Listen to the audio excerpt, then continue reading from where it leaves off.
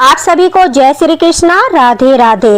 देखिए दोस्तों, चैत्र नवरात्रि प्रारंभ हो चुकी है और जिस किसी के घर में भी ठाकुर जी विराजमान है, लड्डू गोपाल की सेवा करते हैं, युगल सरकार की सेवा करते हैं, तो उन तक अगर यह वीडियो पहुंचा है, वो यह वीडियो देख रहे हैं, तो समझ लेना ठाकुर जी की कृपा आपके ऊपर हो रही है। यह ठाकुर जी की ही कृपा है कि आप लोगों तक यह वीडियो पहुंचा, क्योंकि इस चैत्र नवरात्रि अगर घर में लड्डू गोपाल विराजित है और आप ये 3 सेवाएं ठाकुर जी को प्रदान करते हो, माता रानी को भी ये 3 सेवाएं आप प्रदान करते हो, तो आपके घर में सुख और समृद्धि और धन आने से कोई नहीं रोक सकता। आपके ऊपर ठाकुर जी की अपार कृपा होगी। आपकी जो भी मनोकामना है वो अवश्य ही पूरी होगी। नवरात्रि के दिनों में जिस भी समय आपके सामने यह वीडियो आए, आप घबराना मत कि हमारे तो 2 दिन वेस्ट हो गए, 3 दिन वेस्ट हो गए, हमें तो यह वीडियो देर से मिला है। क्योंकि आपको जब भी यह वीडियो मिले तो जो आपकी सेवा स्किप हो गई है वो अष्टमी और नवमी और सप्तमी के दिन, यानी सप्तमी, अष्टमी और नवमी के दिन आप ये सेवाएं ठाकुर जी को प्रदान करके जो भी आपकी सेवा स्किप होती है उसे पूरा कर सकते हो और नवरात्रि का पूर्ण पुण्य फल प्राप्त कर सकते हो। देखिए, अगर आप ये सेवाएं माता रानी के साथ साथ ठाकुर जी को भी प्रदान करते हो, घर में विराजित लड्डू गोपाल को ये सेवाएं देते हो, तो आपके ऊपर लड्डू गोपाल की कृपा हमेशा बनी रहेगी। घर में ठाकुर जी विराजमान रहेंगे और जागृत रहेंगे। एक तरह से कह लीजिए कि पूर्ण रूप से जागृत होकर, इन 9 दिनों की सेवाओं से जागृत होकर लड्डू गोपाल आपके घर में पूर्ण रूप से विराजमान रहेंगे। तो वीडियो को दोस्तों बिल्कुल भी स्किप मत करना। अगर आपको वीडियो पसंद आए तो लाइक जरूर करना, लेकिन वीडियो शुरू करने से पहले कमेंट बॉक्स में लिख दीजिए राधे राधे, जय माता दी। जैसा कि मैंने आपको पहले वीडियो में बताया था कि पहले दिन की क्या सेवा है, और पहले दिन जो शैलपुत्री माता का नवरात्रा होता है उस दिन ठाकुर जी को कौन सा स्नान कराया जाता है वो मैंने आपको बता दिया था कि दूध से और गंध स्नान कराया जाता है।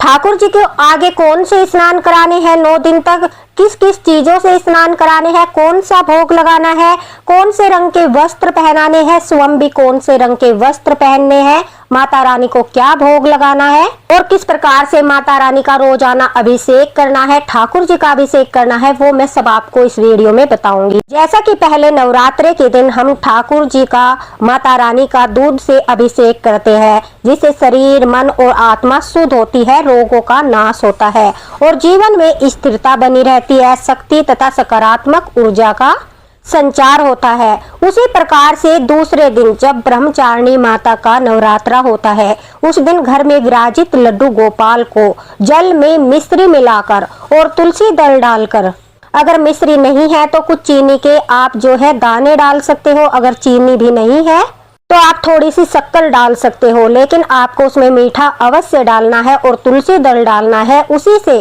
ठाकुर जी को घर में विराजित लड्डू गोपाल का अभिषेक करना है। इससे जो है मन को अद्भुत शांति मिलती है, धैर्य और तप की शक्ति बढ़ती है, व्यक्ति अपने लक्ष्य की ओर दृढ़ता से आगे बढ़ता है। देखिए दोस्तों, अब माता रानी का ब्रह्मचारिणी का अभिषेक कैसे करोगे, क्योंकि हमने स्थापना कर दी है, मूर्तियों को स्पर्श नहीं किया जाता, मूर्तियों को हम हिला नहीं सकते, इसलिए आप जो है सिर्फ फूल से थोड़ा सा हल्का सा छींटा देकर माता रानी का ध्यान करते हुए ब्रह्मचारिणी दुर्गाए नमः इस प्रकार से 5 बार जल को छिड़कते हुए माता रानी का जल अभिषेक कर सकते हो। इससे आपको ब्रह्मचारिणी माता के जो है अभिषेक का पुण्य फल भी साथ साथ प्राप्त होगा। जिस प्रकार से आप ठाकुर जी को कराते हो उसी प्रकार से आपको माता रानी को भी कराना है। लेकिन माता रानी की प्रतिमा, चित्रपट जो भी आपने स्थापना के समय रखा है उन्हें बिल्कुल भी हिलाना नहीं है। ठाकुर जी की सेवाएं नहीं रुकती, उन्हें हम उठाकर अच्छे से स्नान कराते हैं, विश्राम भी कराते हैं। अब बात करते हैं तीसरे नवरात्रे की। तीसरे नवरात्रे के दिन ठाकुर जी को आपको दूध में थोड़ा सा जल मिलाकर, सिंपल जल जो होता है, तुलसी दल मिलाकर, एक सुपारी डालकर ठाकुर जी को स्नान कराना है। और फिर उसी प्रकार से चंद्रघंटा माता का नाम लेते हुए पुष्प से थोड़ा सा जल छिड़ककर ओम चंद्रघंटा दुर्गाए नमः इस प्रकार से माता रानी का भी अभिषेक करना है। इससे जो है आपके भय का नाश होता है, तनाव और नकारात्मकता समाप्त होती है, जीवन में साहस, आत्मविश्वास और निर्भरता का आशीर्वाद आपको प्राप्त होता है। इस तरह अभिषेक करने से आपको ठाकुर जी और माता रानी दोनों का ही आशीर्वाद प्राप्त होगा। चौथे दिन माँ कुष्मांडा को जो है शहद से स्नान कराया जाता है। ठाकुर जी को भी शहद से अभिषेक किया जाता है। शहद में तुलसी दल डालकर ठाकुर जी का अभिषेक करें और कुष्मांडा माता का स्मरण करते हुए फूल से हल्का सा शहद छिड़क कर उनका भी अभिषेक करें। साथ ही साथ ठाकुर जी को शहद से स्नान कराने के बाद दोस्तों आपको सिंपल जल में तुलसी दल डालकर भी स्नान कराना है, ताकि हमारे ठाकुर जी का पूर्ण स्नान हो जाए। शहद से स्नान कराने से, ठाकुर जी का अभिषेक करने से बुद्धि, ज्ञान और तेज को बढ़ाता है, जीवन में नई ऊर्जा और सफलता के मार्ग को खोलता है। 5वें दिन माँ स्कंद माता का नवरात्रा होता है। इस दिन आपको जो है केसर और हल्दी दूध में मिलाकर ठाकुर जी का अभिषेक करना है। साथ ही साथ जैसा कि मैंने बताया, फूल से थोड़ा सा जल चित्रपट पर छिड़कते हुए माँ स्कंद माता का ध्यान करते हुए आपको जो है उनका भी अभिषेक करना है। इससे घर में सुख समृद्धि आती है, खुशहाली आती है, परिवार में प्रेम और एकता बनी रहती है। इस प्रकार से ठाकुर जी के साथ साथ आप माता रानी का भी अभिषेक कीजिए। देखना आपको कितनी ठाकुर जी की और माता रानी की दोनों की कृपा प्राप्त होती है। छठे नवरात्रे के दिन जो है गुलाब जल या सुगंधित जल, जिसे हम गंधी स्नान बोलते हैं, अगर आपके पास गुलाब जल नहीं है, जो भी पुष्प है वो जल में डालकर, इत्र डालकर आपको जो है ठाकुर जी का महाअभिषेक करना है। इसे जीवन में आकर्षण, प्रेम और मधुरता बढ़ती है तथा विवाह में आ रही बाधाएं, जिनका विवाह नहीं हो रहा, उसमें कोई बाधाएं उत्पन्न हो रही है, वो भी समाप्त होती है। यानी हमें छठे दिन जो है गंध स्नान कराना है ठाकुर जी को और माता रानी को भी पुष्प से जल छिड़कते हुए उनका अभिषेक करना है। उससे आपके जीवन की सारी बाधाएं दूर होती है, आपके बच्चों के जीवन की बाधाएं दूर होती है, घर परिवार में जो है उन्नति होती है। 7वें दिन माँ कालरात्रि माता का नवरात्रा होता है। तो इस दिन दोस्तों आपको जल में थोड़ा सा गुड़ और काले तिल मिलाकर ठाकुर जी का महाअभिषेक करना है। उसी प्रकार से माता कालरात्रि को भी जल छिड़क कर ओम कालरात्रि दुर्गाय नमः इस प्रकार से अभिषेक करते हुए जो है यह स्नान कराना है। यह अभिषेक बुरी शक्तियों से, नकारात्मक ऊर्जा से और आपके शत्रुओं से आपको बचाता है, यानी आपके शत्रुओं का नाश करता है, व्यक्ति को भय मुक्त करता है और सुरक्षित रखता है। तो 7वें दिन यह महा स्नान आप ठाकुर जी को अवश्य कराएं। 8वें दिन महागौरी को नारियल के जल से, यानी जो नारियल आता है उसके जल से अभिषेक करना है। साथ ही साथ ठाकुर जी को भी नारियल के जल में तुलसी दल डालकर उससे आपको अभिषेक करना है। इससे आपको दोनों की कृपा प्राप्त होगी। इससे मन, वचन और कर्म की शुद्धि होती है और कहते हैं यह नारियल से अभिषेक करने से करोड़ों जन्मों के पापों का नाश होता है, जीवन में सुख समृद्धि और शांति आती है, सौभाग्य का आगमन होता है। और 9वें दिन देखिए, जिस दिन हमारे नवरात्रे पूर्ण होते हैं, माँ सिद्धिदात्री को तिल से मिले हुए जल और गंगा जल से आपको अभिषेक करना है। लेकिन ठाकुर जी को आपको जो स्नान जल तैयार करना है उसमें आपको गंगा जल नहीं डालना है, सिर्फ आपको काले तिल, लौंग का जोड़ा, हल्दी की गांठ डालकर ठाकुर जी को स्नान कराना है। ध्यान रखिए, ठाकुर जी के स्नान जल में गंगा जल नहीं डालना है। ठाकुर जी के स्नान जल में लौंग का जोड़ा, हल्दी की गांठ और तिल डालते हुए ठाकुर जी को स्नान कराना है। इस दिन जो है 9 दिन के अभिषेक पूरे होते हैं। अगर किसी कारणवश आपको वीडियो देरी से मिलता है, आपका कोई स्नान छूट जाता है या आपको किसी भी कारण से आप स्नान नहीं करा पाते कोई से नवरात्रे को, तो आप जो है नवमी और अष्टमी के दिन जो आपका स्नान स्किप हुआ है उन वस्तुओं से स्नान कराकर वह कमी पूरी कर सकते हो और ठाकुर जी से क्षमा याचना करते हुए कि हमारा उस दिन का स्नान छूट गया है। तो जो विधि मैंने बताई है उसी विधि से आप जो है अष्टमी नवमी के दिन ठाकुर जी को उन चीजों से स्नान कराकर पुण्यफल प्राप्त कर सकते हो, क्योंकि यह नवरात्रि के दिनों में कराए गए स्नान है। और यह अगर आपके छूट भी जाते हैं तो अष्टमी और नवमी के दिन जो भी आपकी पूजा, भोग, स्नान छूट जाता है वो आप पूरा कर सकते हो, यानी उस दिन संपूर्ण पूजा होती है। इससे आपकी सारी मनोकामनाएं पूरी होती है और अत्यंत ही यह चमत्कारी भी माना जाता है। कार्यों में सफलता मिलती है, जीवन में सिद्धि, समृद्धि, उन्नति के द्वार आपके सब खुल जाते हैं, ठाकुर जी की कृपा बरसना शुरू हो जाता है। भक्त पूरे नवरात्रि सच्चे हृदय से और विश्वास के साथ अगर ये स्नान, ये अभिषेक ठाकुर जी के करते हैं, माता रानी के करते हैं, तो उसकी धीरे धीरे हर समस्याओं का समाधान होने लगता है। घर में सुख शांति भी बनी रहती है और ठाकुर जी और माता रानी की कृपा हमेशा उस परिवार पर बनी रहती है। ये सब शास्त्रीय विधि है अभिषेक की, तो इन्हें आप जरूर करिएगा और देखना फिर चमत्कार। अब बात करते हैं भोग की। देखिए, भोग मैंने सारे नहीं बनाए हैं, कुछ कुछ भोग मेरे पास थे जो मैंने वीडियो में रखे हैं, आप देख सकते हो, क्योंकि कुछ भोग है जो साथ के साथ बनाकर लगाए जाएंगे। तो मैं आपको बता देती हूँ किस दिन आपको ठाकुर जी को कौन सा भोग लगाना है, जिससे ठाकुर जी बहुत अधिक प्रसन्न होते हैं। और आपको एक नहीं 2-3 चीजें बताऊंगी, उनमें से कोई भी चीज अगर आपके पास उपलब्ध है, अगर तीनों चीज है तो तीनों का ही भोग लगा दीजिए। अगर तीनों नहीं है, एक का भी भोग आप लगा देते हो तो ठाकुर जी प्रसन्नता पूर्वक भोग स्वीकार करते हैं। साथ में माता रानी को भी यही भोग आपको समर्पित करने हैं। देखिए, पहले दिन का भोग मैं आपको बता चुकी थी, लेकिन फिर से बता देती हूँ कि पहले दिन जो है, अगर आपका स्किप भी हो जाता है, आप अष्टमी और नवमी के दिन यह भोग दोबारा से लगा सकते हो।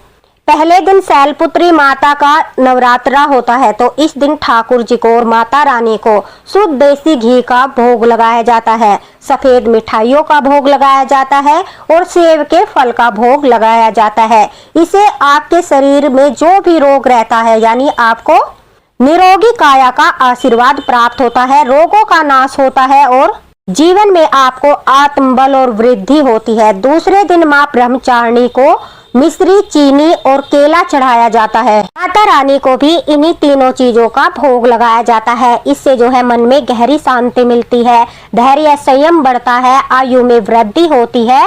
और तीसरे दिन देखिए, दूध, खीर और माखन का भोग लगाया जाता है। ठाकुर जी को दूध का और दूध से बनी खीर का या फिर मक्खन मिश्री का भोग लगाना अत्यंत अनिवार्य है।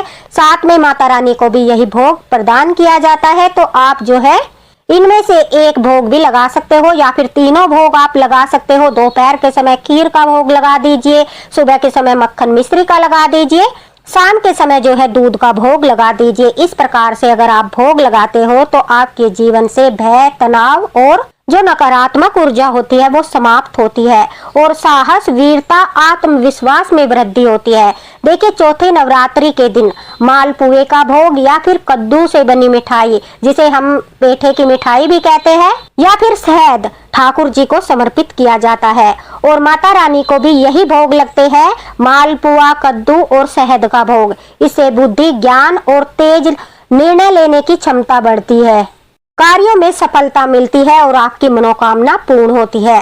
5वें दिन नवरात्रि के स्कंद माता का नवरात्रा होता है, तो उस दिन केले का भोग, पंचामृत का भोग, पीली मिठाई का भोग ठाकुर जी को लगाइए, वही भोग माता रानी को लगाइए।